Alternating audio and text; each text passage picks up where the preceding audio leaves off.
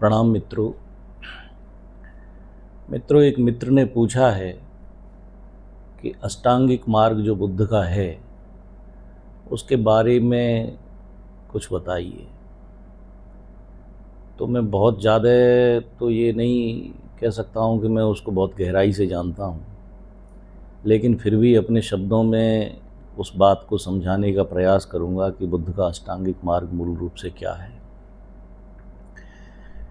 बुद्ध के अष्टांगिक मार्ग में जो उनका सबसे पहला सूत्र है वो है सम्यक दृष्टि।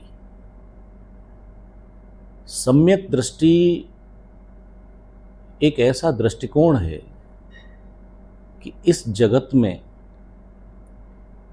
किसी भी धर्म में, किसी भी जाति में, किसी भी प्रजाति में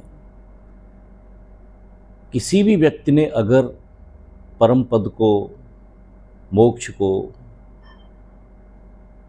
या निर्वाण को अगर प्राप्त किया है तो उसके भीतर जो सबसे पहली चीज़ थी वो थी सम्यक दृष्टि। सम्यक दृष्टि मूल रूप से है क्या? तो इसको जानने के लिए बुद्ध के जीवन से अच्छा उदाहरण आपको कहीं मिलेगा नहीं। बुद्ध का जब जन्म हुआ तो ये कह दिया गया कि इनका दुख से बिल्कुल परिचय नहीं होना चाहिए, अन्यथा ये बैरागी हो जाएंगे, सन्यासी हो जाएंगे। तो इस वजह से उनके पिता ने हर वो इंतजाम और उपाय किया कि जिससे बुद्ध को दुख के विषय में कुछ भी पता न चल पाए। स्थिति यहाँ तक थी कि बुद्ध जब सोकर जगते थे तो उससे पहले उपवन में, बगीचे में जितने फूल मुरझा के गिर जाते थे उनको भी उठा लिया जाता था कि कहीं बुद्ध ये न पूछ बैठें कि फूल आखिर मुरझा क्यों जाता है, फूल आखिर गिर क्यों जाता है। ऐसे बुद्ध का जीवन बहुत सुख और बहुत विलासता में बीता। एक दिन जब नगर देखने की इच्छा हुई तो बुद्ध घर से बाहर निकले तो जो सीमा जहाँ तक राजा ने निर्धारित की थी कि इतनी सीमा तक ही बुद्ध को नगर को दिखाना है, बुद्ध ने उस सीमा से भी बाहर जाने के लिए अपने जो उनका रथ चलाता था, उनका जो ड्राइवर था चन्ना, उससे कहा कि मुझे और आगे तक ले चलो। तो बुद्ध जब निकले तो रास्ते में उनको एक बीमार व्यक्ति दिखाई दिया, एक वृद्ध व्यक्ति दिखाई दिया और बाद में एक मरा हुआ व्यक्ति भी उनको मिला। एक लाश जाती हुई 4 कंधों पे मिली। तो तब बुद्ध ने ये पूछा कि आखिर इन सब को क्या हुआ है। चन्ना ने बारी बारी से उत्तर दिया कि हर व्यक्ति जीवन में कभी न कभी बीमार पड़ता है, हर व्यक्ति आखिर में वृद्ध हो जाता है, बूढ़ा हो जाता है, शरीर से अशक्त हो जाता है, एक दिन सभी को मरना भी होता है। तो बुद्ध उसमें बार बार ये प्रश्न करते गए कि क्या मैं भी बूढ़ा हो जाऊंगा? क्या मेरा पुत्र राहुल भी एक दिन बूढ़ा हो जाएगा? क्या मेरे पिता भी एक दिन बूढ़े हो जाएंगे? क्या एक दिन मैं भी मर जाऊंगा? क्या एक दिन मेरा पुत्र भी मर जाएगा? क्या मेरे पिता को, मेरी पत्नी को, सबको मरना होगा?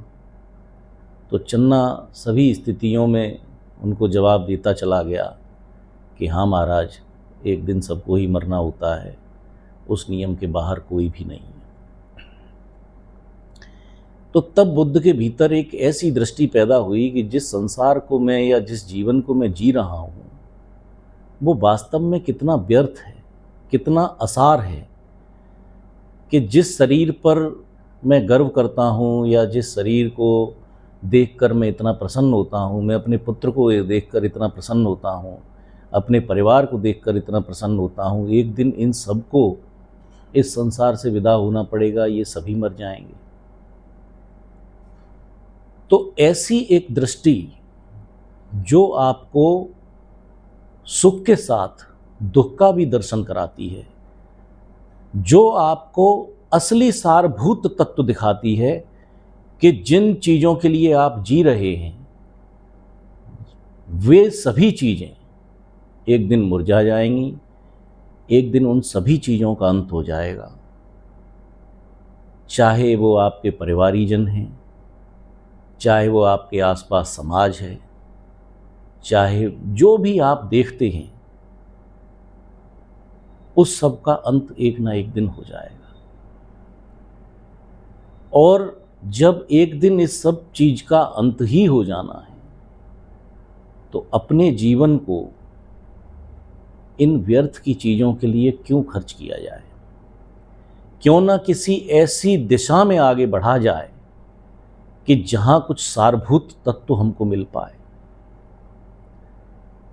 बुद्ध के मन में ये भाव जिस क्षण पैदा हुआ कि मुझे भी एक दिन मर जाना है, उसी दिन से बुद्ध उस सारभूत तत्व को प्राप्त करने के लिए चल दिए, अपनी आंतरिक यात्रा पर चल दिए। बाद में उन्होंने बाहरी यात्रा भी पूरी की कि मुझे उस सारभूत तत्व को प्राप्त करना है जिससे मेरी कभी मृत्यु ना हो, मेरे अपनों की कभी मृत्यु ना हो।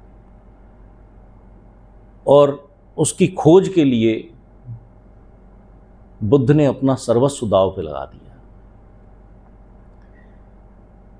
महावीर के जीवन में भी ऐसी घटना आती है कि महावीर के जब पिता खत्म हुए तो उन्होंने अपने बड़े भाई से इस बात की अनुमति मांगी कि मैं अब वन में जाना चाहता हूँ, क्योंकि पिता तो चले गए, माँ भी एक दिन चली जाएगी, परिवार के सब लोग चले जाएंगे, मैं भी एक दिन इस संसार को छोड़ के चला जाऊँगा। जिस राजपाट के लिए मैं इतना संघर्ष होते हुए देखता हूँ, वो राजपाट भी एक दिन सब कुछ छूट जाएगा। तो क्यों ना मैं एक किसी ऐसे तत्व की खोज में निकलूं जिसका कभी कोई अंत नहीं है। तो इस तरह का दृष्टिकोण जिस व्यक्ति के भीतर पैदा हो जाता है, इन सब बातों को सुनते तो हम बहुत हैं, लेकिन क्या हम कभी इस गहराई के साथ इस संसार को देखते हैं? क्या हमने कभी अपने परिवारीजनों को और खुद को या अपने रिश्तेदारों को, अपने आसपास के लोगों को इस भाव से देखा है कि एक दिन ये सभी इस संसार से विदा हो जाएंगे? चाहे वो हमारे बच्चे हैं, माता पिता हैं या हम स्वयं हैं। जिन घर मकानों में, संपत्तियों में हम अपना जीवन खर्च कर रहे हैं, वो एक दिन छोड़ के हमको चले जाना है। जो संपत्ति आज किसी की है वो कल किसी और की हो जाएगी। तो क्या हम इस भाव के साथ जी पा रहे हैं कि जो भी हमें दिख रहा है उसका छूट जाना एक दिन तय है, हमारी मृत्यु भी तय है? और जो व्यक्ति इस भाव के साथ जीने लगता है उसकी दृष्टि जो होती है उसको बुद्ध ने सम्यक दृष्टि कहा। बुद्ध ने कहा कि सम्यक दृष्टि वो पहला कदम है जिससे कोई व्यक्ति आध्यात्म के पथ पर चलना शुरू करता है। बिना सम्यक दृष्टि के कोई भी व्यक्ति आध्यात्म के पथ पर कभी चल ही नहीं सकता। ना आज तक कोई व्यक्ति चला है, चाहे वो बुद्ध हैं, महावीर हैं, मोहम्मद हैं, कृष्ण हैं, राम हैं, जो भी हैं, उन सब ने संसार की नश्वरता को, अपने शरीर की नश्वरता को, अपने परिवार की नश्वरता को, अपने संसार की इस नश्वरता को बहुत गहराई से देखा। और देखने के बाद ही उनकी जो खोज थी वो किसी सारभूत तत्व की तरफ उनकी यात्रा आगे बढ़ी। तो इसलिए बुद्ध कहते थे कि जब तक किसी व्यक्ति के भीतर सम्यक दृष्टि पैदा नहीं होगी तब तक उसका आध्यात्मिक मार्ग अधूरा ही रहेगा। और सच ये है मित्रों कि जिस व्यक्ति के भीतर जितनी गहराई से सम्यक दृष्टि प्रवेश कर जाती है वो व्यक्ति उतनी ही तेजी से उस परम सत्य की खोज में निकल पड़ता है। जैसे बुद्ध निकले, जैसे महावीर निकले, जैसे कबीर निकले, जैसे नानक निकले, तो ये सभी लोग उस सम्यक दृष्टि से परिपूर्ण थे और संसार की व्यर्थता और नश्वरता दोनों को बहुत अच्छे तरीके से जानते थे। और अंत में उन्होंने उस परम सत्य को पाया, जाना, उस आनंद को कुछ ने गाकर कहा, कुछ ने अपने मौन से कहा, लेकिन भिन्न भिन्न प्रकार से संतों ने उस परम आनंद की व्याख्या अपने अपने शब्दों में की। तो अगर आप आध्यात्मिक पथ का या धर्म का आनंद लेना चाहते हैं तो सबसे पहले आपको सम्यक दृष्टि को अपने भीतर पैदा करना होगा। संसार की व्यर्थता को आपको देखना होगा। बुद्ध का एक सिद्धांत था कि बुद्ध के पास जब भी कोई भिक्षु आता था तो बुद्ध पहले उसको 6 महीने किसी शमशान घाट पर रहने का आदेश देते थे कि तुम जाओ शमशान घाट पर 6 महीने रह कर आओ। और 6 महीने जब कोई भिक्षु शमशान घाट पर रहता था तो वो देखता था कि वहाँ एक छोटा बच्चा भी आता है एक लाश के रूप में, एक नौजवान भी आता है, एक वृद्ध भी आता है, स्त्री भी आती है, पुरुष भी आता है। कोई मृत्यु का किसी भी आयु से, किसी अवस्था से कोई संबंध नहीं है। जो संसार में आ गया उसका जाना निश्चित रूप से तय है। तब उसके भीतर एक सम्यक दृष्टि पैदा होती थी कि एक दिन मेरी भी विदाई इस संसार से तय है, तो क्यों ना उस सारभूत दिशा में मैं आगे बढ़ूं जहां मैं अपने जीवन को और दूसरों के जीवन को कृतार्थ कर पाऊं, बजाय इस नश्वर संसार के पीछे भागने के उस दिशा में आगे बढ़ूं जिससे मैं शांति, आनंद और मोक्ष को प्राप्त कर सकूं। तो इस दृष्टिकोण का नाम ही सम्यक दृष्टि है। अपने शब्दों में मैं जितना कह सकता था मित्रों उतना मैंने समझाने का प्रयास किया। कोई त्रुटि हुई हो तो क्षमा करें। बहुत बहुत धन्यवाद।